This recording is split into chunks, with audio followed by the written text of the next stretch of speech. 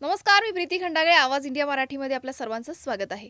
वसई परिसरात विघ्नेश कोंडारे या बालकावर एका निर्दयी व्यक्तीकडून झालेल्या क्रूर हल्ल्याने संपूर्ण समाज हादरला आहे.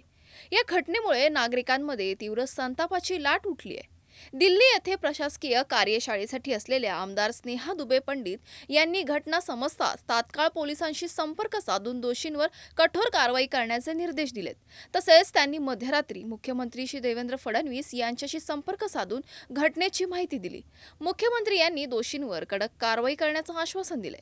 दुसऱ्या दिवशी आमदार स्नेहा दुबे पंडित यांनी मीरा रोड वॉक हार्ट्स रुग्णालय येथे जाऊन जखमी बालक आणि त्याच्या कुटुंबियांची भेट घेतली.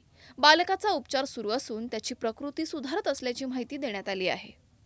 अशाच महत्त्वाच्या बातम्या बघण्यासाठी पाहत रहा आवाज इंडिया मराठी, शोध सत्याचा.